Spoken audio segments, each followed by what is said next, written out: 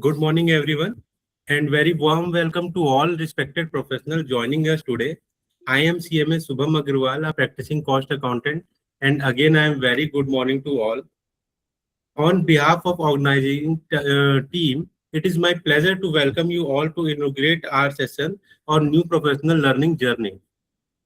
This is from cost accountant to cost consultant.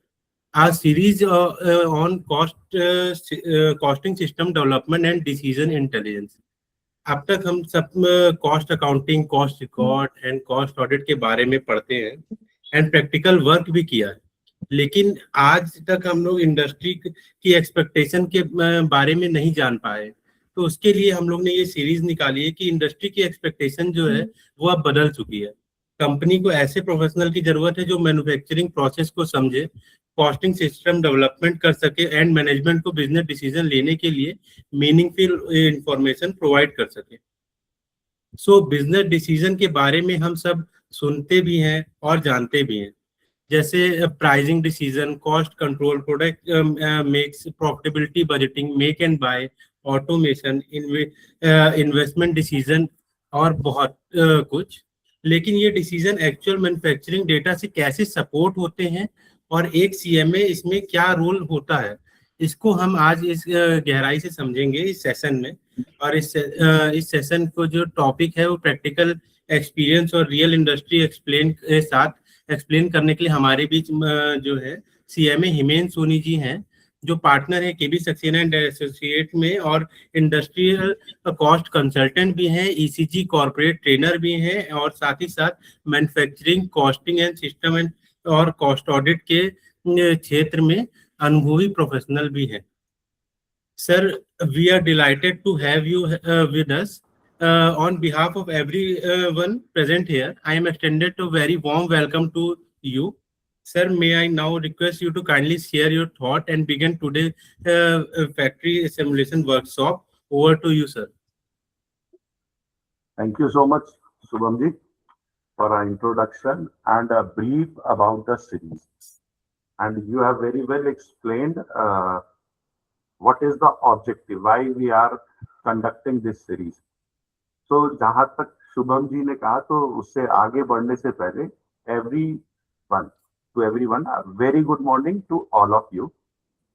इस series के पीछे जो ऑब्जेक्टिव है कि हम लोग कई बार बात करते हैं कॉस्टिंग सिस्टम की और कॉस्ट रिकॉर्ड की, कॉस्ट ऑडिट की, और इस सीरीज का नाम जो है from cost accountant to cost consultant जो रखा गया, तो मेरी अपनी खुद की इच्छा है कि हम कंसल्टेंसी के उसमें आगे बढ़े, खासतौर वो यंग प्रोफेशनल्स जो आ रहे हैं, जो हमारे प्रोफेशन के ब्रांड एम्बेसडर हैं।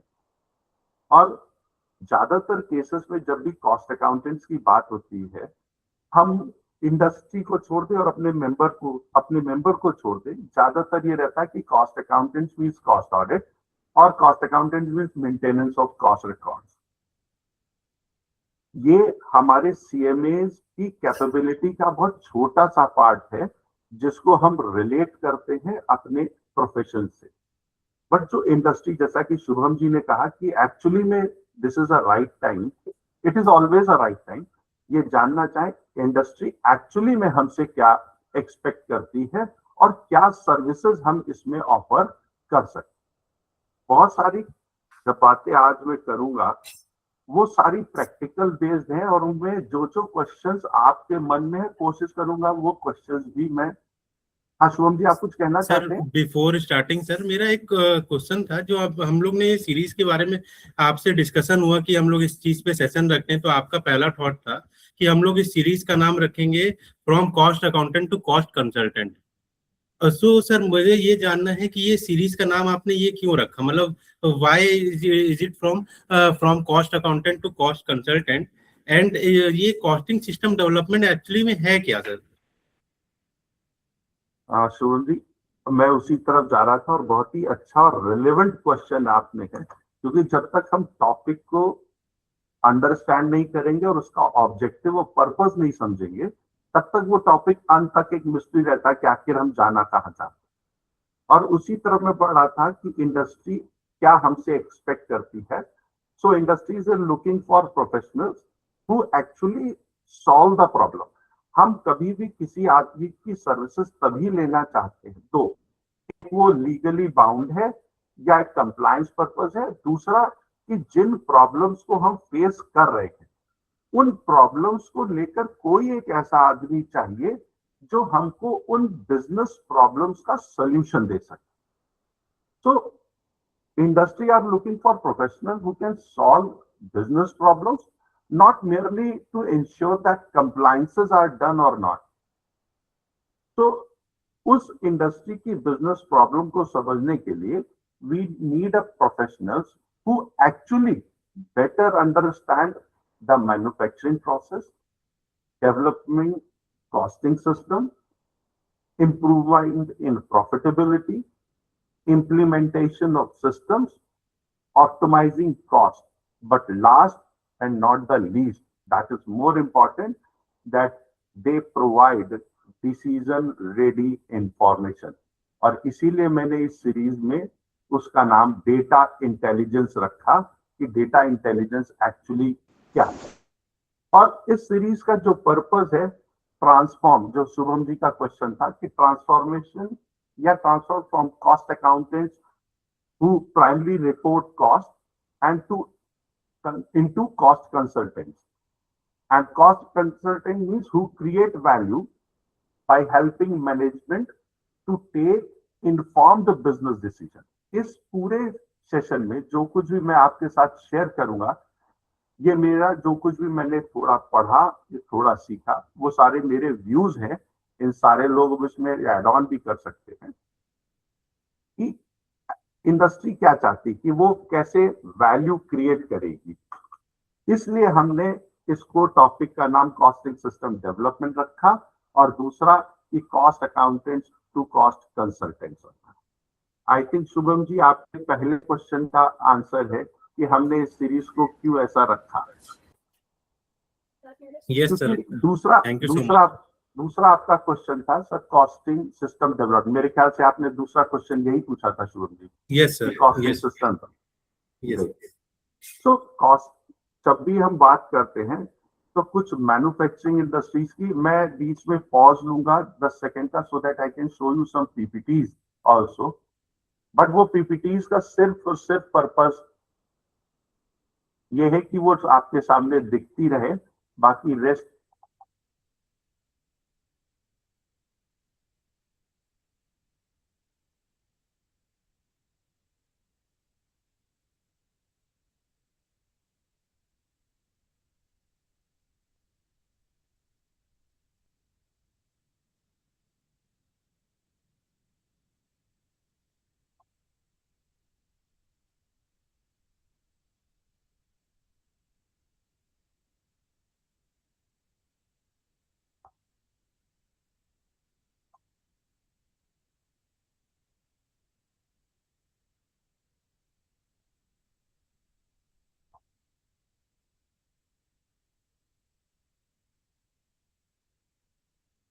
शुभम जी आपको मेरी स्क्रीन पर पीपीटी दिखाई दे रही होगी.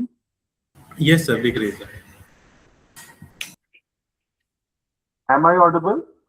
Yes sir, audible. PPT visible है? Yes sir, visible. Great.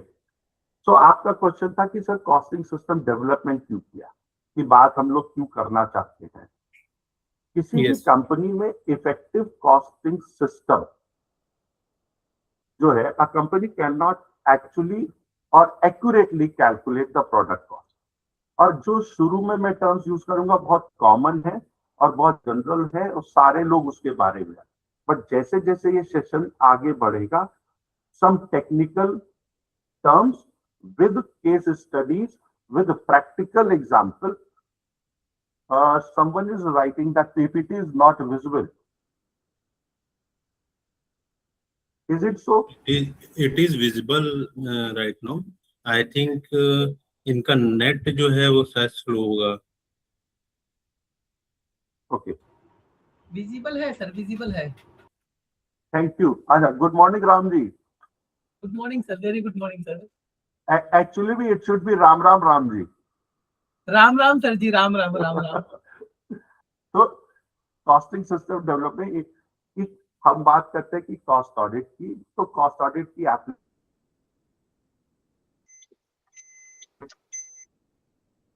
Industries पर है और ये सब हम सब अच्छी तरह से जानते हैं।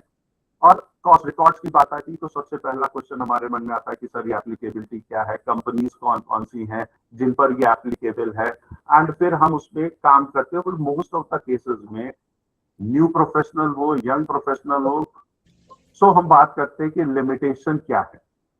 सो इस लिमिटेशन को कैसे हम अपनी विजिबिलिटी को और आगे बढ़ाएं और कैसे हम अपने कॉस्टिंग के प्रोफेशन को, जो बहुत ही पावरफुल है, इंडस्ट्री तक ले जाए। सो अगर हम बात करते हैं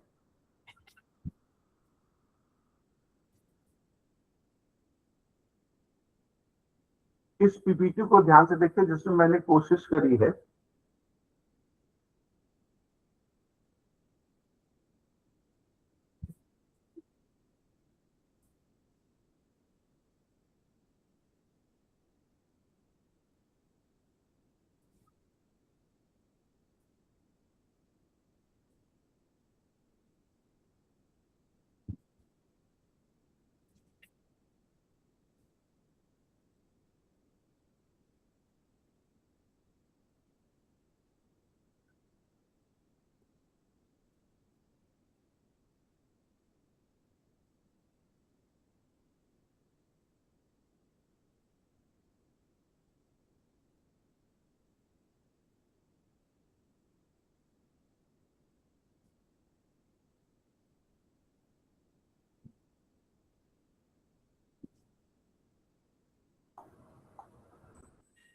शुभम जी का कहना था कि पीपीटी में स्क्रीन छोटा दिख रहा है, तो आई एम जस्ट ट्राइंग कि उसको कैसे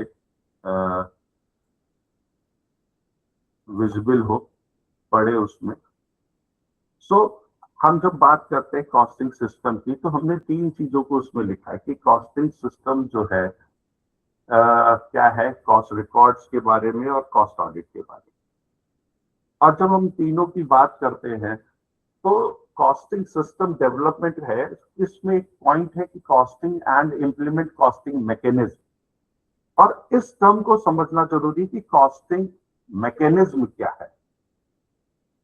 फॉर एग्जाम्पल कि अगर हम कोई अपना घर बनाते और just try to relate this simple example with costing system develop, हम जब अपना घर बनाते हैं तो कॉस्टिंग सिस्टम डेवलपमेंट में तीन टर्म्स हम यूज करते हैं। One is designing, one is layout and third one is drawings. अब इन तीन को पहले हम एक नॉर्मल एग्जांपल से समझते हैं, फिर हम इसको रिलेट करेंगे कॉस्टिंग सिस्टम डेवलपमेंट।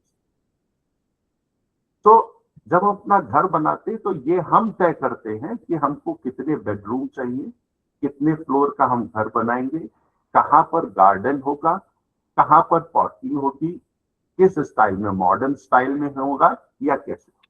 अब इसी चीज को डिजाइनिंग ऑफ कॉस्टिंग सिस्टम से जोड़े कि कॉस्टिंग सिस्टम क्या बोलता है, designing what the costing system should achieve. हम उस कॉस्टिंग सिस्टम से क्या चीज चाहते हैं, जैसे प्रोडक्ट कॉस्टिंग चाहते हैं, प्रॉफिटेबिलिटी के बारे में जानना चाहते हैं, बजटिंग के बारे में जानना चाहते हैं, data driven, decision driven data चाहते हैं, cost control. It means that is a design of a costing system. तो हमने घर बनाते समय डिजाइन की बात करी कि बेडरूम कितने, ड्राइंग रूम कहाँ, कितने फ्लोर, कितना साइज, सारी। Same in case of costing system कि हमको कॉस्टिंग सिस्टम से हम डेवलप करने के बाद क्या आउटपुट, क्या रिजल्ट, क्या हम अचीव करें। Second term is layout. जब हम लेआउट की बात करते हैं तो लेआउट मीन्स अरेंजमेंट और प्लेसमेंट ऑफ डिफरेंट एरियाज। कहां पर हमारा बेडरूम होगा, किचन कहां पर आएगा, स्टेयर्स कहां पर आएंगी, बालकनी कहां पर होगी, हॉल कैसा होगा, कहां पर लोकेट होगा। तो ये उसका एक लेआउट है। तो पहला इज डिजाइन कि हमको अचीव क्या करना है, सेकेंड वन इज लेआउट, हमको उनसे क्या चीजें चाहिए, कहां उसका अरेंजमेंट, कहां उसका प्लेसमेंट होगा। अब इस सेकेंड लेआउट को रिलेट करें कॉस्टिंग सिस्टम डेवलपमेंट से, कि आइडेंटिफाई करें कॉस्ट सेंटर्स कौन कौन से होंगे, डिपार्टमेंट कौन से होंगे, प्रोसेसेस कौन कौन से होंगे, फ्लो ऑफ मटेरियल कैसा होगा, फ्लो ऑफ इंफॉर्मेशन कैसे होगी, कॉस्ट डेटा कैसे मूव करेगा। तो one is designing of a costing system and second one is layout. शुरू के केवल 5 मिनट हम लोग थ्योरेटिकल पार्ट पे just trying to relate with the story with a simple example, then we will move forward. And third one is that is drawings. And जब drawing की बात करते हैं तो detailed technical plans for construction. जब घर की बात करते हैं तो हमने ये बात तय कर ली, जैसे हम घर बनाते हैं तो पहले हमको आर्किटेक्ट चाहिए होता है, फिर आर्किटेक्ट आता है, फिर हमको डिजाइन चाहिए होता है, फिर हम लेआउट पे बात करते हैं, फिर हम ड्राइंग्स पर आते हैं और फिर कंस्ट्रक्शन स्टार्ट करते हैं। तो before development of costing system we have to understand, तो we are the architect, then what will be the design, layout और ड्राइंग। सो ड्राइंग में हमने कहा स्ट्रक्चरल ड्राइंग क्या होगा, कि कंक्रीट स्ट्रक्चर जो बनेगा उसका ड्राइंग। इलेक्ट्रिकल ड्राइंग चाहिए होता कि घर में वायरिंग कहाँ कहाँ से होगी, और वायरिंग के लिए हम बात करें तो हमारा मीटर कहाँ लगेगा, कट ऑफ वाला जंक्शन बॉक्स कहाँ लगेगा, किस फ्लोर का कट ऑफ पॉइंट कहाँ पर होगा, सेफ्टी फीचर्स क्या होंगे। फिर प्लम्बिंग की ड्राइंग बनाते हैं कि पानी कैसे आएगा पूरा। और कंस्ट्रक्शन करते समय हम ये सारे डिजाइन्स अपने पास सेव करके रखते हैं कि इन फ्यूचर अगर हमको प्लम्बिंग से रिलेटेड, वाटर सप्लाई से रिलेटेड कोई इश्यू होता है तो चेक करने के वो पॉइंट्स पता होने चाहिए कि कहां पर हम चेक करें, कि उससे फर्दर हमको पता चलता है। सिमिलरली तो स्ट्रक्चरल डिजाइन हो गया, second one is electrical design हो गया, third one is plumbing design हो गया, and fourth one is elevation drawing हो गया, कि बाहर से कैसा दिखना है। अब इसी ड्राइंग को हम, जो घर के केस में हमने 4 स्ट्रक्चरल डिजाइन या इलेक्ट्रिकल डिजाइन या प्लम्बिंग बताए या एलिवेशन बताए, इसको हम रिलेट करें विद कॉस्टिंग सिस्टम डेवलपमेंट। अब हम ड्राइंग क्या है, हम कॉस्ट शीट चाहते हैं, डेटा को कलेक्ट करने के डिफरेंट तरह के फॉर्मेट्स चाहते हैं, बिल्स ऑफ मटेरियल चाहते हैं, कॉस्ट सेंटर को कोड्स चाहते हैं, कॉन्फ़िगरेशन चाहते हैं, रिपोर्ट्स चाहते हैं, एमआईएस फॉर्मेट्स चाहते हैं। तो वो सारी चीजें हमारी ड्राइंग में है।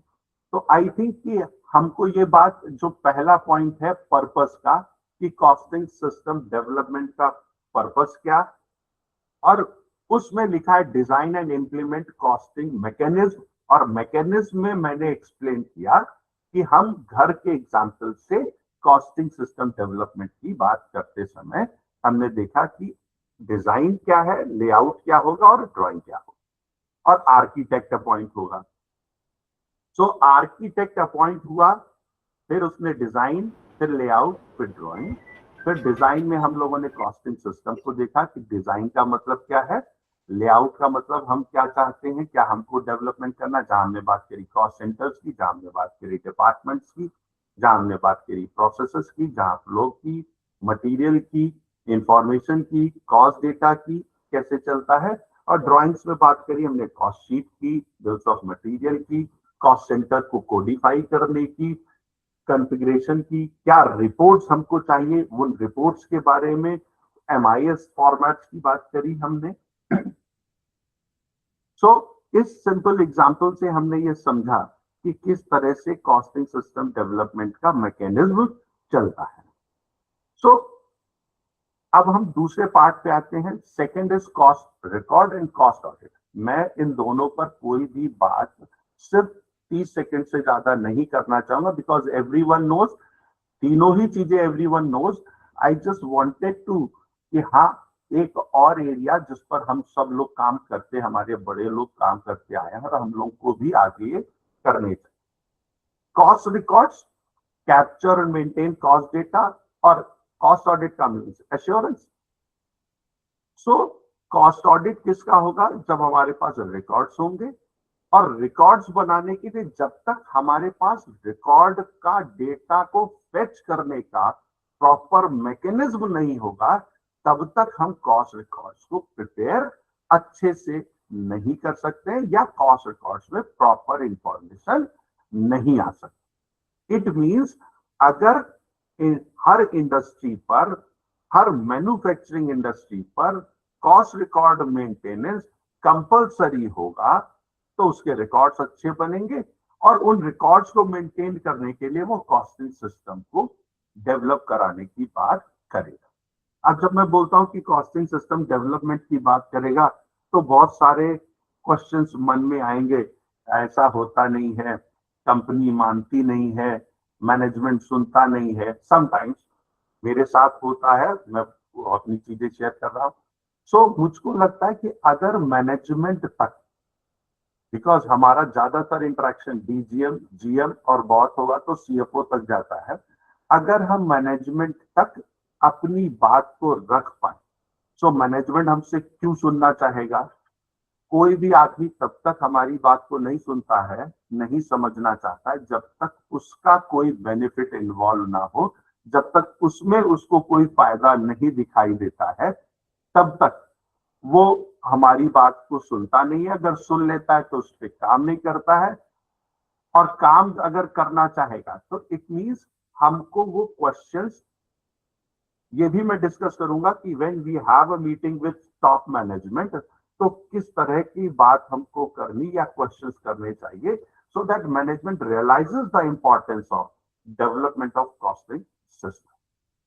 तो शुभम जी, आई थिंक कि ये आपके दूसरे क्वेश्चन का जवाब था, बट इसी क्वेश्चन को हम लोग थोड़ा और एलोबरेट करेंगे। Thank you so much sir. कि कैसे हम इसमें मूव ऑन फर्दर करते हैं। तो सर मैंने इसी बताया में कि मेरा एक कॉस्टिंग क्वेश्चन सिस्टम और था। डेवलपमेंट करेंगे तो हमको कौन कौन सी रेडी इंफॉर्मेशन, मैं रेडी इंफॉर्मेशन के कुछ छोटे से मैंने कुछ पार्ट्स बनाए कि प्रोडक्ट कॉस्ट पता चलेगी, प्रोडक्ट वाइज कॉस्ट पता चलेगी, प्लांट वाइज हमको इंफॉर्मेशन मिलेगी, प्रोडक्ट वाइज प्रॉफिटेबिलिटी मिलेगी, प्लांट वाइज प्रॉफिटेबिलिटी मिलेगी, वेस्ट कितना है इस पर हम बात कर सकते हैं, एफिशिएंसी पर बात कर सकते हैं, प्राइसिंग से रिलेटेड हमको डेटा मिलेगा, कॉस्ट रिडक्शंस के हमारे पास अगर डेटा सिस्टमैटिक होगा तो we can work on it, कैसे कॉस्ट को कंट्रोल करेंगे। सो इन सारी चीजों पर हम फर्दर डिस्कशन करेंगे। तो सर हम बात करें, मे आई सर? जी हाँ प्लीज। सर मेरा एक क्वेश्चन और था इसी में कि हम लोग जब कॉस्ट ऑडिट, ये कॉस्टिंग सिस्टम की बात कर रहे हैं तो ये मैन्युफैक्चरिंग प्रोसेस से ही क्यों स्टार्ट हो रहा है? सो हाँ, तो व्हाई मैं विड इट आपसे, begin with manufacturing process?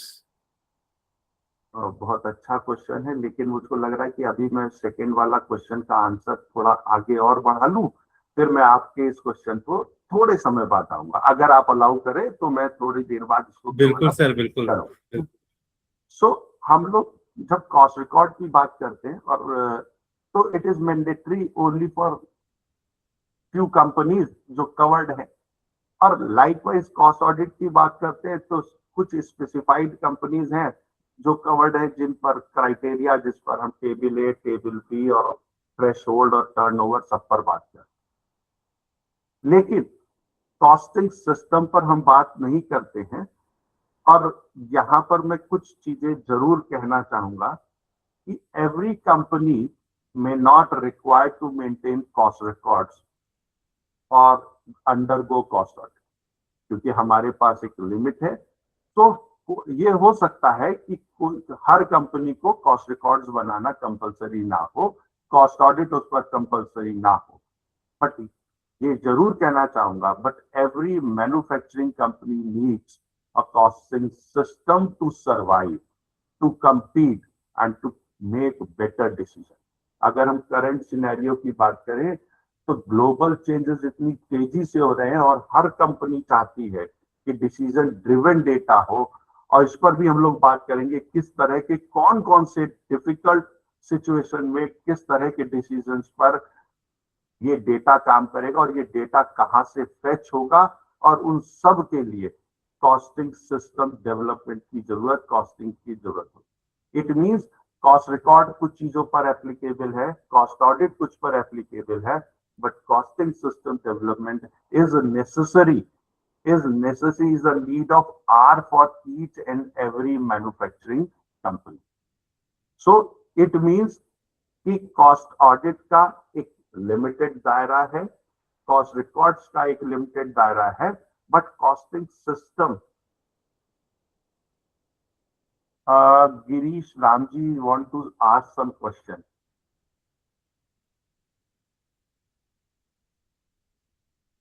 Hello,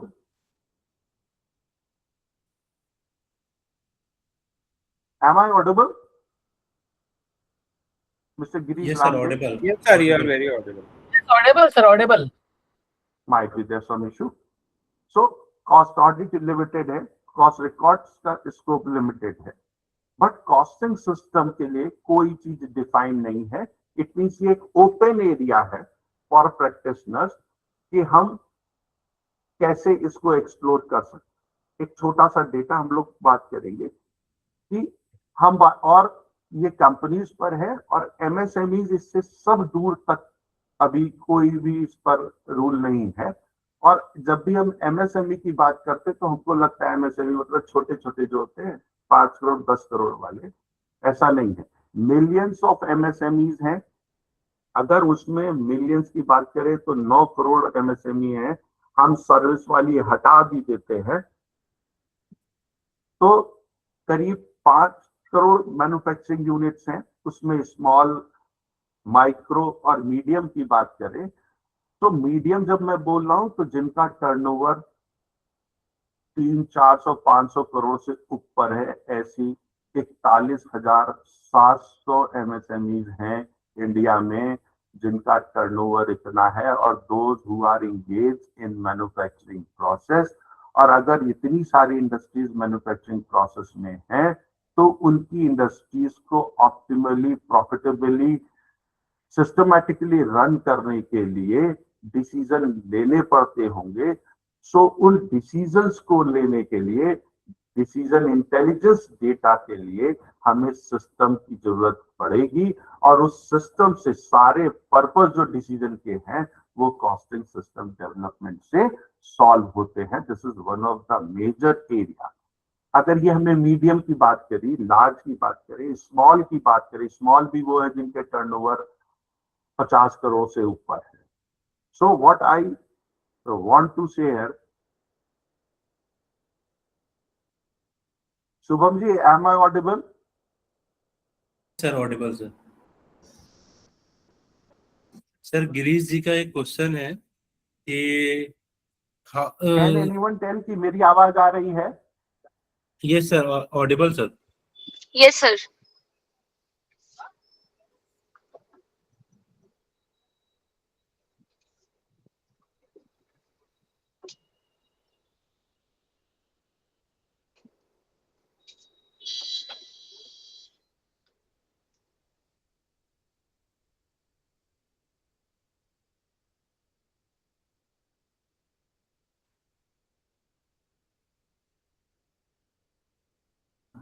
नहीं अभी के. Hello hello. Yes, Yes, sir. sir. You are Yes, sir. audible now.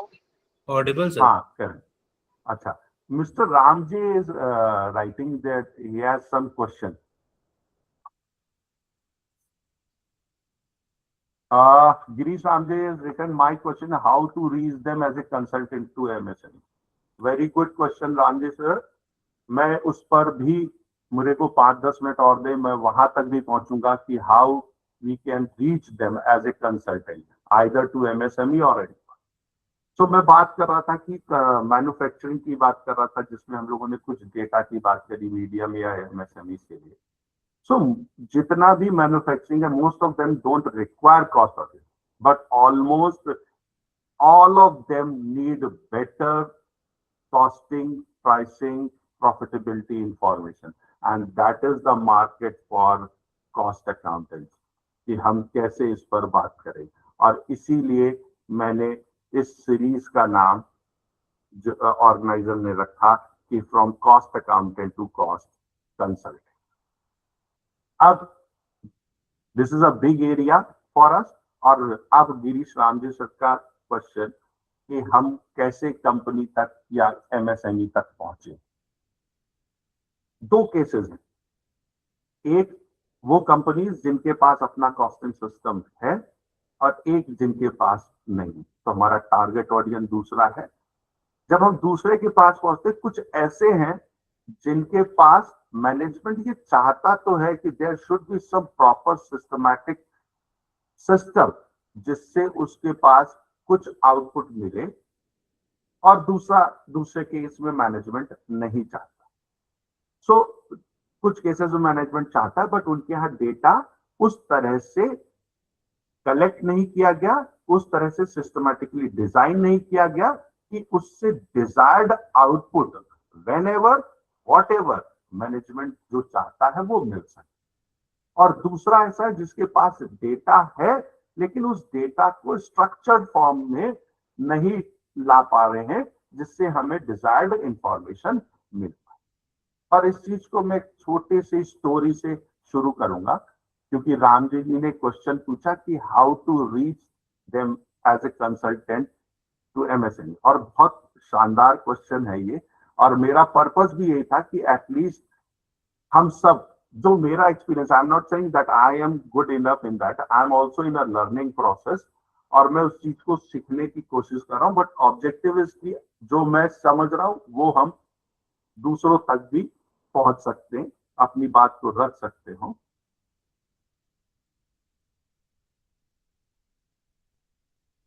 So for example one, जैसे आज संडे है, कल सुबह आप जब ऑफिस पहुंचते हैं या you just open your mail, और उस मेल पे you have receive an email that we are good morning, greetings of the day, and this and that, Mr. Ramje, we are in search of some cost consulting for our company, and उसमें company का नाम लिखा था, that is Bharat EV. एक EV, चूंकि EV आजकल चल रहा है तो हम लोग ईवी का एग्जांपल शेयर करते हैं। ईवी भी मोबिलिटी लिमिटेड कंपनी है जो ईवी व्हीकल्स बनाती है, और सीईओ की तरफ से आपके पास एक मेल आया कि हम कॉस्ट कंसल्टेंट चाहते। अब व्हाट नेक्स्ट, हमारे दिमाग में सबसे एज ए प्रैक्टिशनर क्या क्वेश्चन आएगा या क्या हमको करना चाहिए। मैं अपनी बात करूं कि अगर जब मैं मेल रिसीव होगी और उस मेल को मैं रिस्पॉन्ड करूंगा कि that I will connect a day after tomorrow और टुमारो, और I start preparing my self कि क्या क्वेश्चंस सीईओ पूछ सकता है, क्या उस सीईओ की क्वेरीज हो सकती हैं, कैसे उन क्वेरीज को जवाब देना है। और जवाब देने का कतई मतलब नहीं है कि हम वहां पर क्वेश्चन आंसर सेशन करने का। हमारा ऑब्जेक्टिव है कि सीईओ तब तक हमको, अब इस क्वेश्चन को थोड़ा और मेल को कर दे, जैसे उन्होंने लिखा है we are in search of cost consultant. हम इसका पहले स्टेप कर लेते कि हमको पता चला किसी कंपनी में हमको जाना है, मिलने जाते हैं, तो मिलने जाएंगे तो जो वहां का मैनेजमेंट है, सीईओ है, वो हमसे क्या क्या क्वेश्चंस पूछेगा और क्या क्वेश्चंस के हमको क्या जवाब देने होंगे। तो हमने एक कंपनी जिसका मीटिंग फिक्स है उसके बारे में हमने एक थॉरो स्टडी किया। कंपनी क्या बनाती है, कहाँ ऑफिस है, क्या ऑटोमेटेड है, क्या जितनी इंफॉर्मेशन हम कलेक्ट कर सकते हैं which is relevant to us and to our meeting. So हमने वहां पर कुछ प्रिपरेशन करी, और उस प्रिपरेशन के बाद सीईओ हमारी बात तब सुनेगा, क्योंकि उसने बुलाया इसलिए सुनेगा, बट वो मेरी बात से कन्विंस तब होगा जब वो मेरे कुछ क्वेश्चन का या उसकी कुछ प्रॉब्लम का सल्यूशन मेरी तरफ से उसकी तरफ जाने लगेगा। Then he automatically shows interest in you, और तभी वो बोलते हैं ना, फिर वो चाय मंगाएगा, एक चाय और होती है, फिर हम लोग डिस्कशन करते। तो इट मीन्स कि हमको, जब हमने उसकी इंडस्ट्री की स्टडी करी, सो आई फाउंड सम पॉइंट्स जहां पर हम उसको ले जाकर बताएंगे कि ये इश्यूज हो सकते हैं आपकी इंडस्ट्री में। हम कभी ये नहीं कहने जा रहे कि ये इश्यूज होंगे, हो सकते हैं, और उनके ये सॉल्यूशंस हैं। देन सो जब आपको मिला, सो उसने कहा कि वी नीड अ कंसल्टेंट। सो हम लोग पहुंचे, फ्यू क्वेश्चंस हमारे दिमाग में आए जिनका हमने प्रिपरेशन की, what to do, from where to begin. So वहां उसके जवाबों के देने के लिए तो हमने उसको समझा कि इसके कॉस्टिंग सिस्टम डेवलपमेंट कराना चाहता है। तो कॉस्टिंग सिस्टम डेवलपमेंट एक्चुअली क्या है? मैं ये नहीं कह रहा हूं कि किसी को नहीं पता, सबको पता है, दी ऑल आर क्वालिफाइड। कि कॉस्टिंग सिस्टम जानने से पहले कि मेरे दिमाग में क्वेश्चन आया, मेरे तो आया कि कॉस्टिंग सिस्टम डेवलपमेंट एक्चुअली क्या है, कि हमको पढ़ लेना चाहिए। जो हमने अपने सेशन के पहले पार्ट में सुना कि कॉस्टिंग सिस्टम डेवलपमेंट जो है वो एक सिस्टमैटिक प्रोसेस ऑफ मैन्युफैक्चरिंग है। क्या? Systematic process of understanding manufacturing operation. जो ऑपरेशन हो रहा है मैंने उसको समझना है, आइडेंटिफाई करना है कॉस्ट को, कॉस्ट के ऑब्जेक्ट्स को, कॉस्ट सेंटर्स को, कॉस्ट सेंटर के कैसे डिजाइन करें उसको, कॉस्ट ड्राइवर्स को, कैसे कॉस्ट ड्राइवर्स को डिफाइन करेंगे, कैसे डेटा को, कॉस्ट डेटा को कलेक्ट करेंगे, कैसे उन डेटा को एलोकेट करेंगे, उसकी अपॉर्चनमेंट कैसे करेंगे, किस तरह की रिपोर्ट्स हमको चाहिए होंगी जहां से हम decision ready, decision driven data को कलेक्ट करेंगे, इंफॉर्मेशन जनरेट करेंगे। तो that is all about costing system mechanism, जिसको मैंने अपने सेशन में पहले किया था। सो अगर कोई मैन्युफैक्चरिंग कंपनी है जिसके यहाँ कोई कॉस्टिंग सिस्टम डेवलपमेंट नहीं है, बट उसके यहाँ सिस्टम है, सो एवरी मंथ जब वो करता है तो उसका सीएफओ की बात करें तो उनके पास सेल्स रिपोर्ट आ जाती है, ट्रायल बैलेंस आ जाता है, प्रॉफिट एंड लॉस आ जाता है, बैलेंस शीट्स हो जाती है, जीएसटी की रिपोर्ट आ जाती है, इवन प्रोडक्शन कितना हो रहा है उसकी भी रिपोर्ट आ जाती है, और सेल्स कितनी हो रही है वो भी रिपोर्ट आ जाती है। और ये सारी इंफॉर्मेशन जब सीएफओ के पास आती है तो वो ये समझ रहा है कि मेरे पास सारी इंफॉर्मेशन है, एंड मैनेजमेंट इज हैप्पी। अब CFO has a meeting with management, managing director कह सकते हैं। और करंट सिनेरियो की बात करें तो अभी फ्यूल का क्राइसिस हुआ, हॉर्मुज वाला केस आप सबको पता है, फ्यूल नहीं मिला या मिला कम मिला, जितना रिक्वायर्ड था उतना नहीं मिला। तो managing director asked some question to CFO कि if prices of fuel are increasing, और हम ये कहें कि वो नियर फ्यूचर में इंक्रीज हो और will increase in near future, so which product will be affected most. अब कंपनी है, बहुत सारे प्रोडक्ट्स बना रही है, ये क्वेश्चन मैनेजिंग डायरेक्टर के दिमाग में आया कि फ्यूल की क्राइसिस हो रही है, और फ्यूल की क्राइसिस अगर होगी तो प्रोडक्शन पे फर्क पड़ेगा, प्रोडक्शन पे फर्क पड़ेगा तो प्रोडक्ट की मैन्युफैक्चरिंग पर भी फर्क पड़ेगा।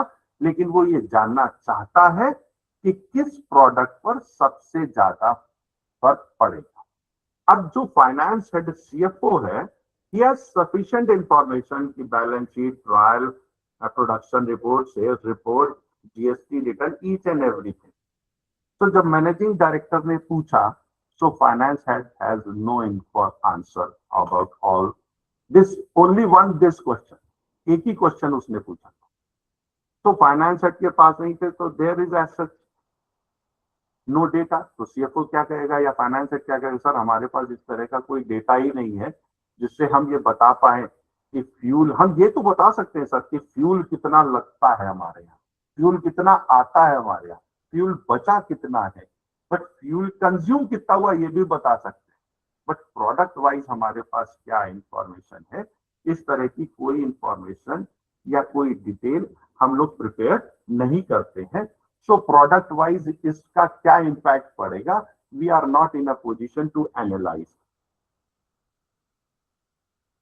सो अगर उस पर नहीं पड़ेगा तो इट मीन्स प्रोडक्ट का पर फर्क पड़ेगा, तो उसकी प्रॉफिटेबिलिटी के बारे में भी हमको पता नहीं होगा।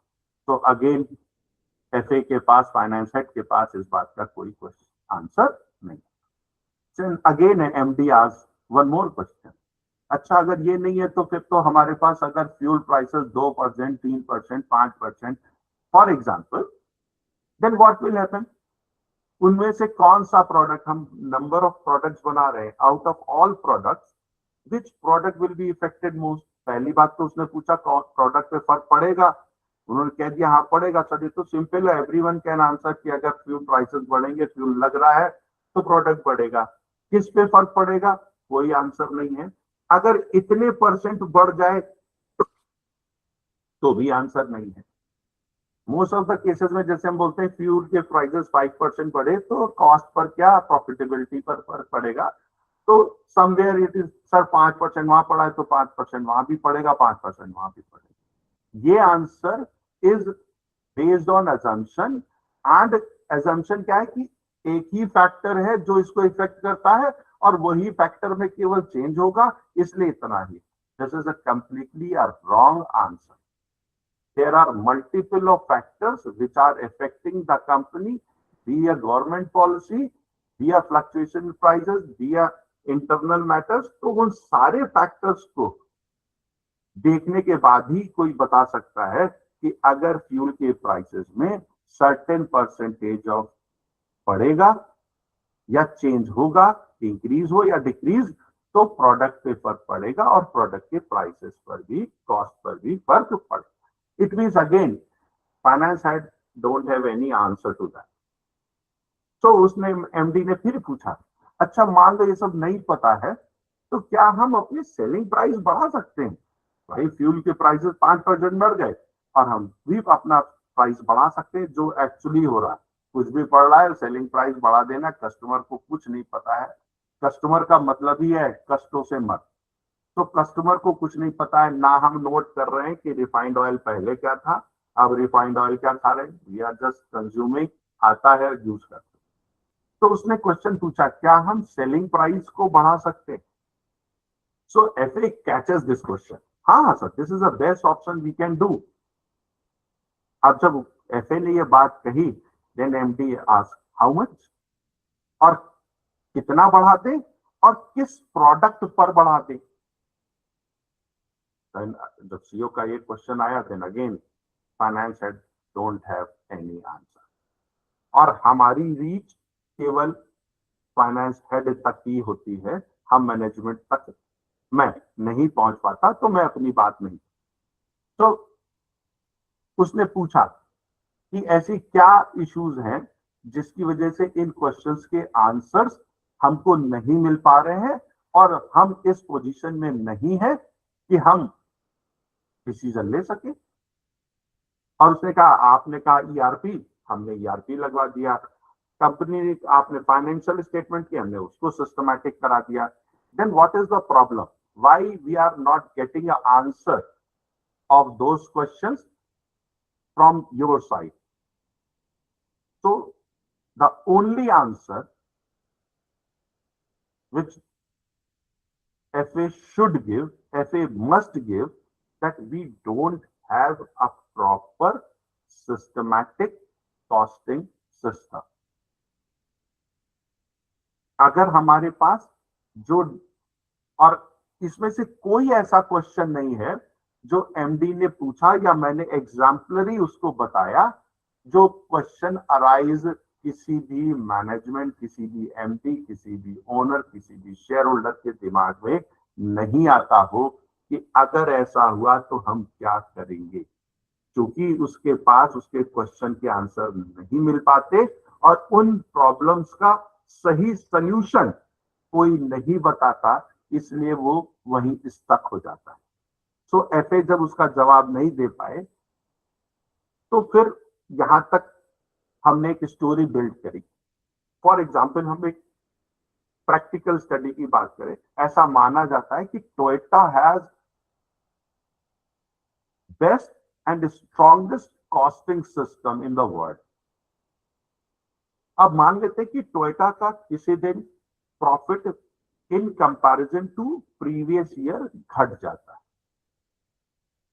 और प्रॉफिट घटने पर सारी कंपनी में ये इस बात का होता है कि प्रॉफिट घटा तो क्या उसके रीजन है।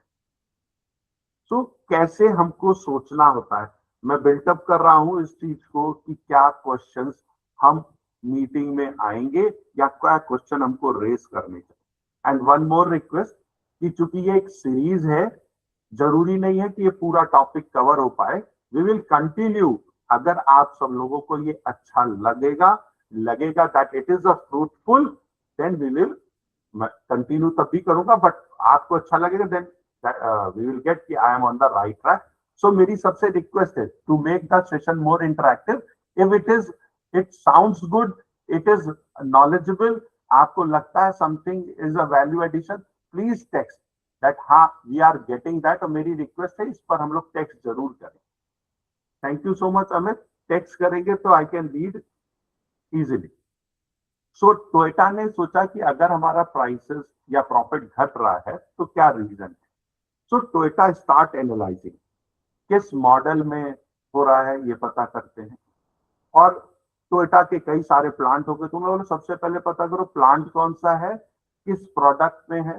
देन टोयोटा ने सोचा किस प्रोसेस में हो रहा है, वहां चलते हैं कि किस प्रोसेस से लॉस स्टार्ट होना शुरू हुआ, कौन से कंपोनेंट में है, किस सप्लायर की वजह से है, कौन सी मशीन की वजह से है, किस एम्प्लॉय की एक्टिविटी की वजह से है, कौन सी लॉजिस्टिक एक्टिविटी की वजह से। Think how deeply they are thinking कि हमको अगर 1% का भी, आधे परसेंट का भी लॉस हुआ तो हमको कौन कौन से क्वेश्चंस के जवाब चाहिए। Even after that request nobody has written कि सर आपकी बात या मेरी बात आप तक पहुंच रही है।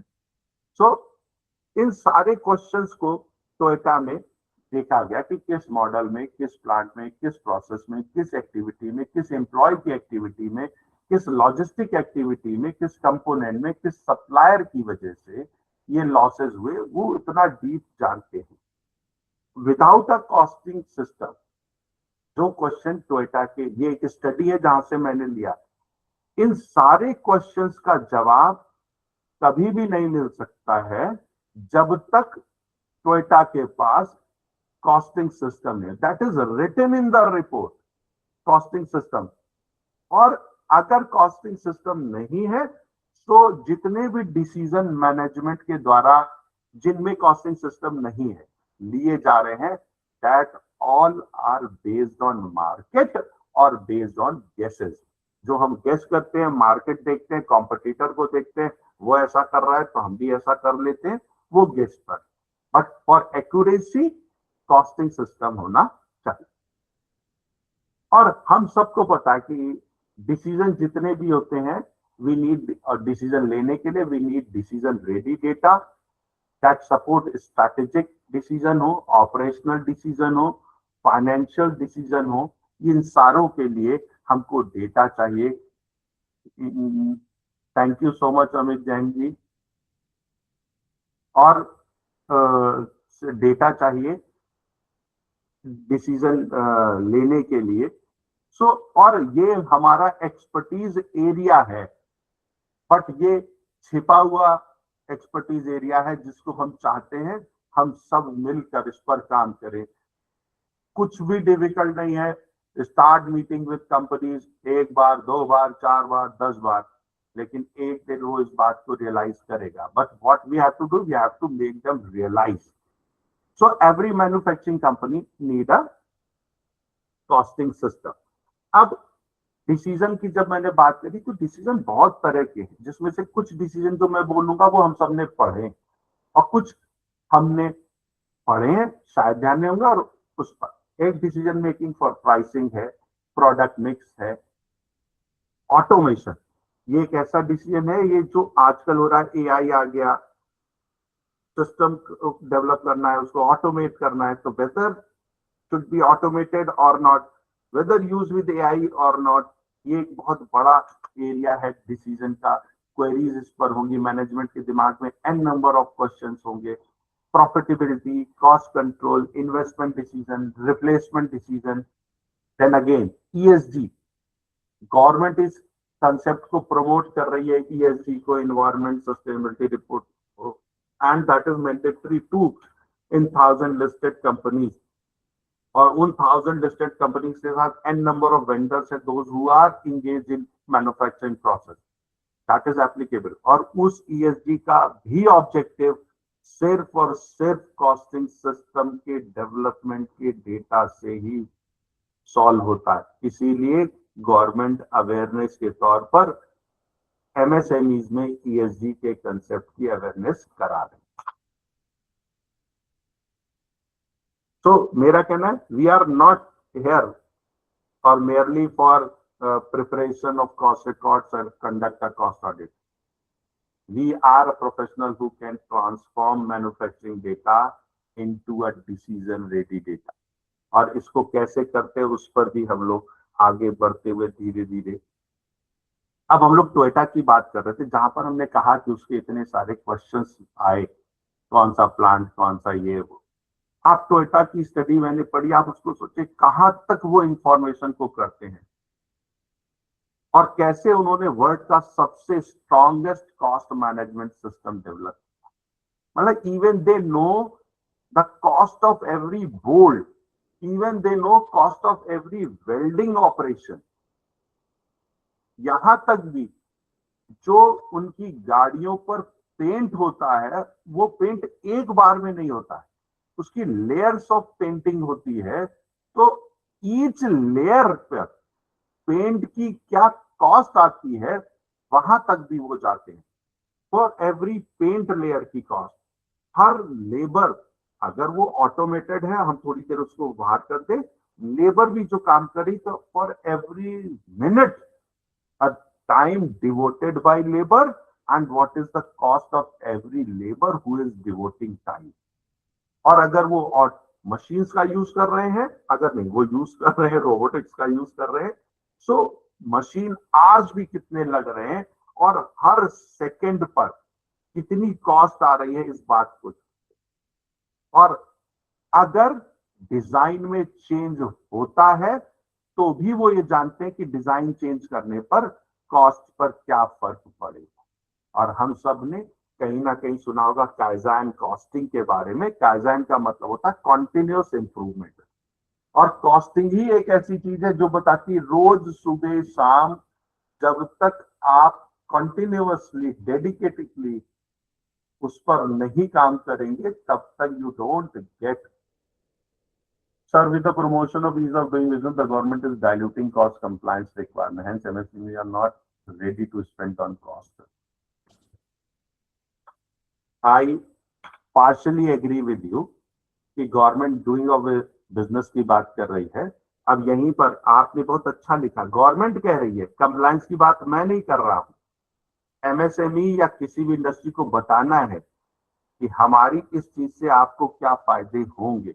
आप पायलट बेसिस पर भी एक प्रोजेक्ट कर सकते हैं कि सर चलिए हम छोड़ देते हैं, आपका एक पायलट प्रोजेक्ट करते हैं, we will charge nothing from you. अगर आपको प्रेजेंट से और मेरे आने के बाद में अगर आपको फर्क दिखता है, तो in that case you will share, या हम will charge some fees.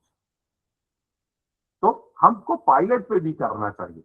We are consultant, हमको अपनी स्टैंडिंग बनाने के लिए कुछ केसेस में ये करना भी चाहिए। तो टोयोटा की बात कर रहे थे तो वो कंटिन्यूअस इंप्रूवमेंट की बात करते हैं, और अगर उनके यहाँ 10 सेकेंड पर व्हीकल का भी चेंज होता है, 10 सेकेंड का भी, तो even then they know what is the financial impact. और financial impact is the end result. वो सब कहां से आ रहा है? Costing system. और कॉस्टिंग सिस्टम डेवलप करते समय हमारे दिमाग में 5 क्वेश्चंस, मतलब क्वेश्चन रेज करने की आदत। बिकॉज अभी हम लोग नेक्स्ट पार्ट कर लो, आगे बढ़ते समय समझेंगे कि प्रोसेस ऑफ मैन्युफैक्चर क्या है। तो प्रोसेस ऑफ मैन्युफैक्चर या फैक्ट्री विजिट करें या फैक्ट्री विजिट की मेथोडोलॉजी की बात करें, तो मेरे दिमाग में क्वेश्चंस जल्दी जल्दी जनरेट होने चाहिए। और 5 मैंने क्यों कहा, कम से कम 5 तो मुझको पूछने हैं। और अगर इससे ज्यादा क्वेश्चन आएंगे, more you ask more details will come out, more you are in a position कि आप उससे बेटर डिसीजन ले सकते हैं, बेटर डेटा कलेक्ट कर सकते हैं, उससे बेटर स्ट्रक्चरिंग कर सकते हैं, फिर आपको चीजें इंफॉर्मेशन मिलेगी। फॉर एग्जाम्पल टोयोटा के पास क्यों है, तो टोयोटा के पास क्या हो कि वो प्रोडक्शन चल रहा था और मशीन एक दिन सडनली बंद हो गई। अब जब सडनली बंद हो गई तो आप सब भी क्या करेंगे? मेरा आप सबसे क्वेश्चन है you all are production incharge और नई फैक्ट्री में है और कुछ नहीं है, सिर्फ प्रोडक्शन होता है, बेचते प्रॉफिट कमाते हैं, machine suddenly stops, what will be the first question in your mind? From Shubham ji to everyone who has joined the session, मेरा क्वेश्चन है कि please generative AI is recommendation engine only as Hemendra ji rightly narrates. So question, अगर suddenly बंद हो जाती machine तो हमारे पास क्या आएगा question, why did the machine stop? तो मैं किससे पूछूंगा? वहां टेक्निकल बंदा होगा, उससे पूछूंगा। सर मेरी स्लाइड्स मूव इसलिए नहीं कर रही क्योंकि कंटेंट जो होता है वो स्लाइड से कुछ आता नहीं है, कंटेंट मेरे यहाँ पर है, सो मैं वो शेयर कर रहा हूँ, मैं मूव ऑन करा देता हूँ।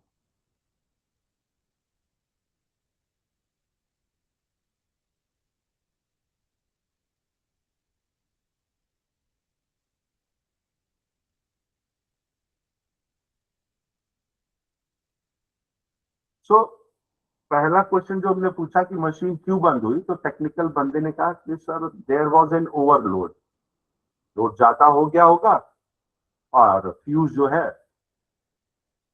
ब्लू हो गया, फ्यूज हो गया और मशीन बंद हो गई। तो मेरा क्वेश्चन दूसरा क्या होगा कि अच्छा ये लोड कैसे बढ़ गया फिर, why was there an overload, क्यों हो गया, हमने तो ऐसा कोई काम किया नहीं है। तो उसने आंसर दिया कि सर वो जो बियरिंग है वो बियरिंग में लुब्रिकेट या ग्रीस लगाई जाती है, वो प्रॉपरली नहीं थी, उसकी वजह से ओवरलोड का कंसेप्ट आया, वो इसलिए वो फ्यूज हो गया। देन अगेन मेरे दिमाग, तो इसका मतलब लुब्रिकेशन या लुब्रिकेटेड जो चीजें चाहिए होती है वो हमको करनी चाहिए थी, वो हमने नहीं करी। Why was it not lubricated और नॉट लुब्रिकेटेड सफिशिएंटली और टाइमली? तो उन्होंने कहा कि सर वो एक्चुअली जो लुब्रिकेशन पंप है ना, वो पंप जो है वो सफिशिएंटली पंपिंग नहीं कर रहा था, जिसकी वजह से लुब्रिकेशन नहीं हुआ, लुब्रिकेशन की वजह से वो बेरिंग में नहीं गया, बेरिंग नहीं गया, सो उसका जो ओवरलोड हो गया उसकी वजह से उसने फ्यूज कर दिया। अच्छा, तो फिर वो पंपिंग सफिशिएंटली क्यों नहीं हुई? मतलब पंप अगर कर रहा है मशीन में, वो पंप होता है, फिर लुब्रिकेंट आता है, आगे बढ़ता है, तो सफिशिएंटली क्यों नहीं हुआ? तो उसने और टेक्निकल हमको जवाब दिया कि सर वो जो शाफ्ट ऑफ पंप है ना वो खराब हो गई है, उसकी वजह से। तो वो क्यों खराब हो गई है? तो उनका सर उसमें स्टेनर लगता है, जो स्टेनर मेटल स्क्रैप का होता है, उसकी वजह से होता है। So keep asking questions.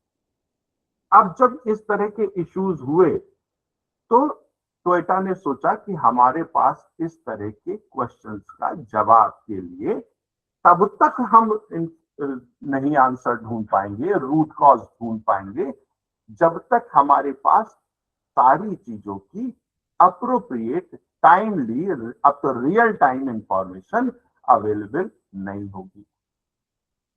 और रियल टाइम इंफॉर्मेशन कौन बनाएगा वो हम लोग आगे डिस्कस करेंगे। तो अब हम लोग चले थे कि सीओ से मेल आया है और वो आपको कॉस्ट कंसल्टेंट चाहता है और उसकी मीटिंग शेड्यूल है। इन बिटवीन हमने तैयारी कर ली, अच्छा कॉस्टिंग सिस्टम डेवलपमेंट क्या है, और टोयोटा का एक एग्जांपल समझा किस तरह की चीजें हमको करनी है, एंड वी आर रेडी। तो हम सीओ के पास पहुंच गए और उस सीओ से मीटिंग हुई।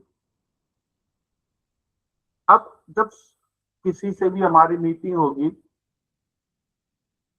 मेरा काम ये नहीं है कि मैं सीईओ को या मैनेजमेंट को कन्विंस करने आया हूं। We should make CEO realise that there is a business problem.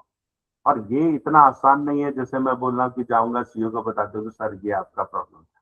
We have to deeply study the company, about the product, about the technology, about the machines they are using, how much production of each and every information, वो भी हम लोग आगे इस पर आएंगे।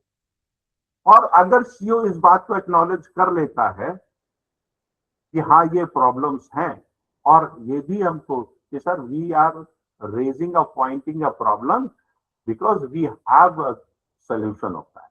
तो अगर आपके पास किसी प्रॉब्लम का सोल्यूशन है तभी प्रॉब्लम बताएं, अगर सोल्यूशन नहीं है तो फिर पर्पस सॉल्व नहीं होगा। और उसके लिए टेक अ टाइम, ये नहीं मीटिंग तय हुई और हमने हाँ कर दी, हम पहुंच गए सर, हम तो कॉस्ट रिकॉर्ड बनाते हैं, ये करते। तो हम टाइम लेंगे कि एक हफ्ते बाद हम लोग सर विजिट करेंगे एंड ऑल। और विजिट करते समय हम कहाँ से स्टार्ट करेंगे, we will discuss in a later part. और अगर हम ऐसा करते तो जो सीईओ एक्नॉलेज करता है प्रॉब्लम को, और कोई भी कंपनी किसी भी सिस्टम को जब लगाती, चाहे वो ईआरपी हो चाहे वो कॉस्टिंग सिस्टम हो, हम सिस्टम नहीं लगवाते हैं, मैनेजमेंट सिस्टम परचेज करता है अपनी प्रॉब्लम्स को सॉल्व कराने। It means we are telling a solution that management is facing. और जब बिजनेस प्रॉब्लम के सॉल्यूशंस हम देते हैं, फिर आप वो किसी नाम से बेचो, सर सिस्टम करा लो या कॉस्टिंग सिस्टम डेवलप करा लो। So we are not here to sell the solution. So never say that you need a costing system. Asking that question, it is better to ask, may I understand how currently you take cost or profitability decision? So जब हम गए हैं CEO से मिलने, तो हम पूछना चाहेंगे, सर अभी आपकी कंपनी में जो भी डिसीजन, चाहे वो प्रोडक्ट की कॉस्ट से रिलेटेड हो या अल्टीमेटली प्रॉफिटेबिलिटी से रिलेटेड हो, तो उसके डिसीजन आप किस तरह से लेते हैं, किस बेसिस पर लेते हैं। So start asking small small question and in initial part don't say that you need a costing system, आपके पास है या नहीं है तो भी है। सो हमने उनसे पूछा कि सर आपकी कंपनी का टर्नओवर है क्या है, वो ही विल इजीली आंसर। कितने प्लांट है वो भी वो बता देगा, कितने कस्टमर है वो भी वो बता देगा, सप्लायर कितने हैं वो भी वो बता देगा, कौन सा प्रोडक्ट आपको सर सबसे हाईएस्ट प्रॉफिट देता है वो भी वो बता देगा। जब उसने कहा कि इस वाले प्रोडक्ट में सबसे ज्यादा प्रॉफिट होता है, then after few second wait and ask, sir how do you know कि इस वाले प्रोडक्ट से ही आपको प्रॉफिट होता है। माइट भी सब लोगों को लगेगा सर इस तरह से बात नहीं होता, जैसे आप कह रहे हैं कि ना मैनेजमेंट सुनता है ना पीपल सुनते हैं, इतना समय कोई नहीं देता है। मेरा मानना है कि अगर you have a solution and you have done a complete study, अगर आप उसके मतलब की बात करेंगे तो वो आपको अपने पास बैठाएगा और अपने सॉल्यूशंस को जानना जरूर चाहे, भले ही आपको काम ना दे, बट आपके सॉल्यूशन तो सुनना चाहेगा। और ये पहला स्टेप है। हम ऐसी 2, 4, 10 मीटिंग करेंगे तो 10 के बाद 11वां क्लाइंट तो आपको जरूर मिलेगा। So which product is currently making losses? अब सीईओ इस तरह के क्वेश्चंस के आंसर के लिए थोड़ा अनकंफर्टेबल होंगी। More efficient. Which process manufacturing cost किस वाले प्रोसेस में ज्यादा लगती है? अगर कोई फ्लक्चुएशन हो जाता है तो किस तरह से हम करेंगे? सर अगर इलेक्ट्रिसिटी टैरिफ अगर या फ्यूल के प्राइसेस सर बढ़ रहे हैं, तो जो क्वेश्चन हमने स्टार्ट किए थे तो उनका कैसे होगा? अगर मशीन ब्रेकडाउन सर आपका हो जाता है और मशीन मान लेते हैं कि 45 मिनट्स का ब्रेकडाउन था, then how much profit you lost? Because इस तरह के जब क्वेश्चंस आपके होंगे तो इन क्वेश्चंस के आंसर्स मैनेजमेंट या सीईओ के पास with 100% supported by some basis नहीं, उनके पास इंफॉर्मेशन हो सकती है बट किस बेसिस पर लिए गए वो नहीं बता। फिर एक थोड़ा और technical question, which supplier increases your manufacturing cost?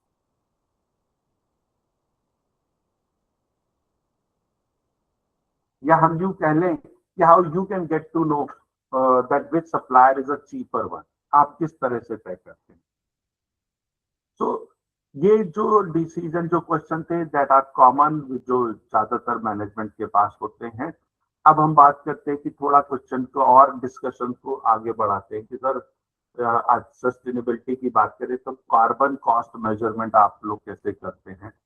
Water cost analysis की बात कर सकते हैं। Sir energy cost per unit क्या आपको पता होती कि किस प्रोडक्ट पर कितनी एनर्जी कॉस्ट आ रही है?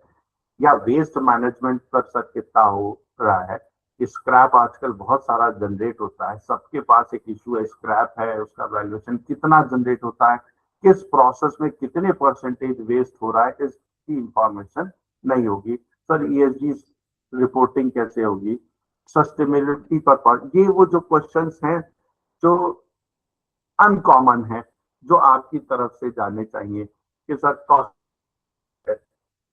कॉस्ट ड्राइवर इम्प्लीमेंटेशन क्या है, KPIs कैसे डिजाइन होंगे, मशीन यूटिलाइजेशन क्या है, मशीन कितने घंटे चल रही है, प्रोडक्टिविटी मेजरमेंट्स क्या है, बेंचमार्किंग स्टडी क्या है। तो इस तरह के क्वेश्चंस जब आप करेंगे, और ये सारे questions are based on data and data which is ready to take decision, जिसको हम लोग डिसीजन रेटी डेटा बोलते हैं। इसीलिए इस टॉपिक का नाम डिसीजन इंटेलिजेंस भी है, कि वो डेटा जो डिसीजन के लिए रेडी हो, जिसके बेसिस पर हम उस तरह के डिसीजन ले सकते हैं। अगेन मैं अपनी बात को फिर से कहूंगा कि decision ready data means strategic decision हो, ऑपरेशनल डिसीजन हो या फाइनेंशियल डिसीजन हो, और ये सारे ही are core area of expertise of cost and management account. I hope कि मेरी बात आप सब तक को पहुंच रही होगी, और इफ यस तो प्लीज तो बताते रहें। हम लोग क्वेश्चंस जरूर करेंगे, सेशंस में लेंगे, बट ये जो सेशन है ये सीरीज में चलना है, तो सीरीज में ये क्वेश्चंस नोट डाउन की जाएगी। सो हम क्वेश्चन उस समय लेंगे तो और आएगा। सो अगर इस पूरे सेशन को हम सुने तो हमको थोड़ा ब्रॉडली समझ में आया, और सबको ही आता है, वी ऑल आर क्वालिफाइड कि बेनिफिट्स ऑफ कॉस्टिंग सिस्टम क्या है। सो हमने देखा कस्टमर प्रॉफिटेबिलिटी है, प्रोडक्ट कॉस्ट है, आइडल कॉस्ट, मशीन यूटिलाइजेशन है, एनर्जी मॉनिटरिंग है, वेस्ट रिडक्शन है, बजटिंग है। ये सारे हमारे स्ट्रैटेजिक डिसीजन जो है उस पर। अब क्वेश्चन आता है कि सर रोड मैप क्या है, हम समझ गए, आपने जो बताया कॉस्टिंग सिस्टम हम समझ गए। तो अब हम मीटिंग के लिए जा रहे हैं, तो मेरे दिमाग में रोड मैप होगा कि कॉस्टिंग सिस्टम डेवलपमेंट पे बात होगी। सो क्या हमारे पास होना चाहिए और किन क्वेश्चंस का क्या आंसर होना चाहिए और क्या रोड मैप होगा।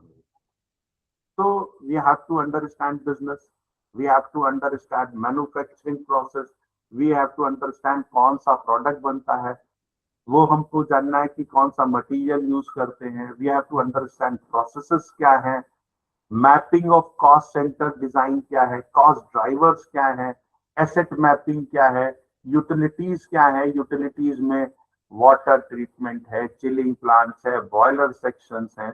अभी हम लोग एक एग्जांपल लेंगे जहां पर इसकी भी बात करेंगे।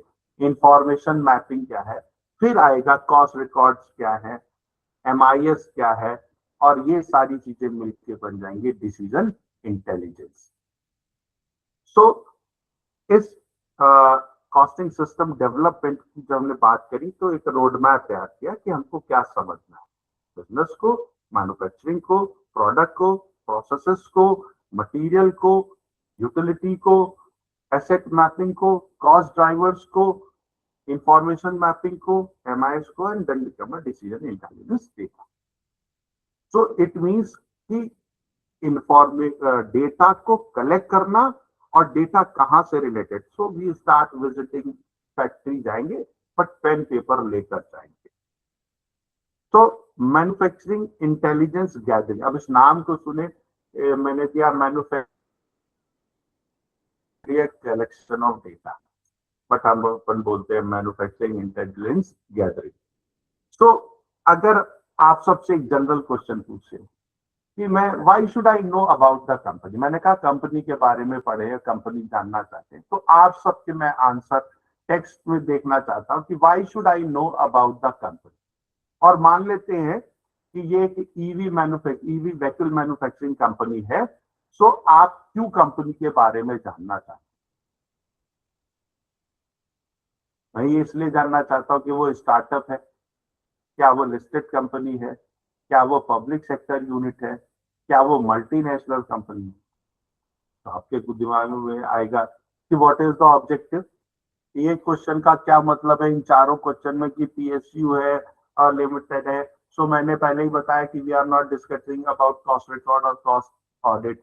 सो एप्लीकेबिलिटी की हम बात नहीं कर रहे, इसलिए उसका स्टेटस की बात नहीं कर रहे हैं कि वो लिस्टेड है, पीएसयू है, मल्टीनेशनल है, स्टार्टअप है, क्या है। बिकॉज हमारा ऑब्जेक्टिव ही डिफरेंट है, क्योंकि हर मैन्युफैक्चरिंग को एक डिसीजन ड्रिवन डेटा चाहिए, उसके लिए हम लोग बात कर रहे हैं। सो हमको कॉस्टिंग सिस्टम की बात कर। सो हमने कंपनी में क्या जानना कि अगर वो ईवी मैन्युफैक्चरर है तो वो किस तरह के प्रोडक्ट, ईवी कार्स बनाते हैं, या ईवी की इलेक्ट्रिक बसेस बनाते हैं, या ईवी के लिए बैटरीज बनाते हैं, या ईवी की मोटर्स बनाते हैं, या ईवी के चार्जिंग स्टेशंस बनाते हैं। अब ये क्वेश्चंस आप खुद स्टडी में ढूंढ रहे हैं क्या करना है। और फिर एक क्वेश्चन है, क्या सारे इन क्वेश्चंस का जवाब एक ही कॉस्टिंग सिस्टम है? मतलब एक कंपनी है, कुछ कार बनाती, कुछ बस बनाती, कुछ बैटरी बनाती, कुछ सब बनाती, तो क्या सबके लिए एक बार कॉस्टिंग सिस्टम डेवलप हो जाएगा तो काम चल जाएगा? नहीं चलेगा। क्यों नहीं चलेगा? क्योंकि इलेक्ट्रिक कार बनाएंगे, उसके कॉस्ट ड्राइवर अलग होंगे। इलेक्ट्रिक कार होगी तो उसका कॉस्ट ड्राइवर होगा, बैटरी होगा, ऑटोमेशन होगा, रोबोटिक्स होगा। Shubham Agarwal ji, because then we will find out any issues और सजेशन इंप्रूवमेंट। अगर चार्जिंग स्टेशन है तो कॉस्ट ड्राइवर्स क्या होंगे? इलेक्ट्रॉनिक होगा, इंपोर्टेड कंपोनेंट्स आएंगे, इंस्टॉलेशन उसका चार्जिंग स्टेशन का कैसे होगा। अगर हम मान ले कि हमारे पास कुछ बैटरी मैन्युफैक्चरिंग है, ईवी व्हीकल, कंपनी के स्टेटस में ईवी लिखा था, बट ईवी का कतई मतलब नहीं सिर्फ वो व्हीकल बनाते हैं। ईवी में स्टेशन भी, पावर स्टेशन भी हो सकते हैं, ईवी की बैटरीज भी हो सकती है, बसेस भी हो सकती है, कार भी हो सकती है। उसी पर हम लोग डिस्कशन कर रहे हैं। अगर बैटरी मैन्युफैक्चरिंग की बात करें तो केमिकल होगा, सेल की यील्ड होगी, टेस्टिंग होगी, सेफ्टी होगी, ये उसके कॉस्ट ड्राइवर होंगे। अगर वो बस मैन्युफैक्चरिंग की बात करते हैं तो बस के कस्टम बेस्ड ऑर्डर्स होते हैं, उसमें लेबर इन्वॉल्व होगी, मशीन इन्वॉल्व होगी, फैब्रिकेशन होगा।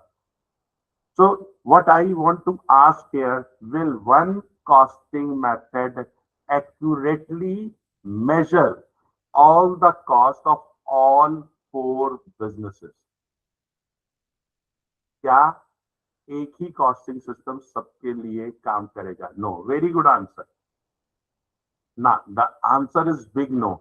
It means each business has a different cost behavior and has a different cost driver. Or अगर सब different, then it is better to understand the product portfolio than to understand the business, than to understand the business process. Capacity अब हम बात करते हैं, तो ये हमारी सारी स्टडी मीटिंग से पहले की चल रही है कि हमको क्या करना। Why should a consultant know? अब आप एज ए कंसल्टेंट, आपने प्लांट की कैपेसिटी के बारे में बात कर ली, और ये सारे लोग जानते हैं कैपेसिटी में क्या है। So I'm not going to discuss much more on this. All these questions will be available in process sheet, but will MSME will have it. Sir यही कंसल्टेंट का काम है, एमएसएमई को कन्विंस करना और वहां तक लाना।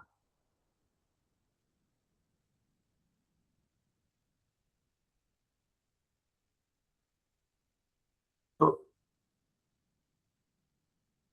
अगर हम फिर बात करें कि वो मैन्युफैक्चरिंग प्रोसेस में मैनुअल है या रोबोट से है, ऑटोमेटेड है, कैसे है, तो ये सारी चीजें हम लोगों ने देखी कि अगर वो रोबोटिक्स होगा तो उसमें डेप्रिसिएशन ज्यादा होगा, लेबर कॉस्ट कम होगी बट मेंटेनेंस कॉस्ट ज्यादा होगी, लेबर इंटेंसिव होगी तो हाई वेजेस होंगी। तो ये सारे क्वेश्चन, ये सारी चीजें आप सब लोग already, you all are expert in that, कि हम किस तरह से इस सारी चीजों की बात करें।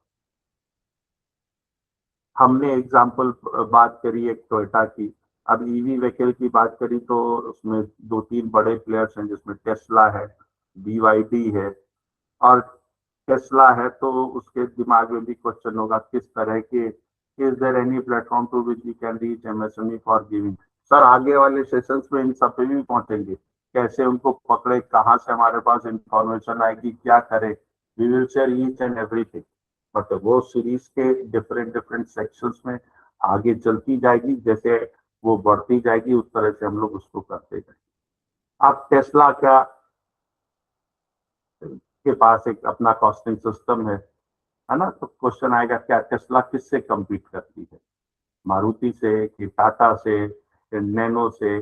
सो इस तरह के क्वेश्चंस हमारे उसमें आएंगे। अब मैनेजमेंट के लिए हमने बता दिया कि किस तरह के डिसीजन, अब ईवी है तो मैनेजमेंट डिसीजन किसके होगा, कॉस्ट ऑफ बैटरी टेक्नोलॉजी क्या है, cost of research and development क्या है, क्योंकि नया है तो रिसर्च एंड डेवलपमेंट पे ह्यूज अमाउंट खर्च हो रहा है, सॉफ्टवेयर डेवलपमेंट क्या है, वारंटी कॉस्ट क्या है, ऑटोमेशन की कॉस्ट क्या है, रोबोट यूटिलाइजेशन क्या है, न्यू प्रोडक्ट डेवलपमेंट कॉस्ट क्या है। तो इस तरह के क्वेश्चन आएंगे। और BYD मॉडल की बात करिए, अभी हमने बात करी थी कि एक कंपनी है जो ईवी व्हीकल बनाती है जिसमें एक ही तरह का प्रोडक्ट बना रही है, और BYD एक कंपनी है जो सभी बनाती है, बैटरी भी, मोटर भी, पंप भी, पावर इलेक्ट्रॉनिक भी, सेमीकंडक्टर चिप्स भी, वर्टिकल कंट्रोल, सारा चीज वो बनाती है। तो उसको दैट इज वर्टिकल इंटीग्रेशन है, and BYD is the best example. अब हमने स्टडी करने के बाद मीटिंग हुई, क्वेश्चंस हुए, क्वेश्चन के बाद हम पहुंचे कि हमको कैसे फैक्ट्री विजिट करनी चाहिए, प्रोसेस ऑफ मैन्युफैक्चर समझना चाहिए। So most of the consultants जो है फेल हो जाते हैं या हम वहां सक्सीड नहीं हो पाते हैं, they start designing costing system before understanding the business. So my concern is कि before setting up a system, we have to better understand the business, कि business को किस तरह से हम समझें। The costing और जो costing system है is not all about designing for products, है ना, it is designed for the purpose of increasing or creating a value of a business। और यही हमको communicate करना है कि हम तुम्हारी प्रोडक्ट कॉस्ट नहीं निकाल रहे हैं, इससे तुम्हारे बिजनेस की वैल्यू क्रिएट होगी और उनको पता चलेगा। तो when we visit a factory, तो we don't look at machines. हम क्या बात करते, तो हम फैक्ट्री पहुंच गए और जहां पर हमने फैक्ट्री विजिट मेथोडोलॉजी की बात करी, तो let me share with another PPT, give me few seconds so that I can find PPT to share.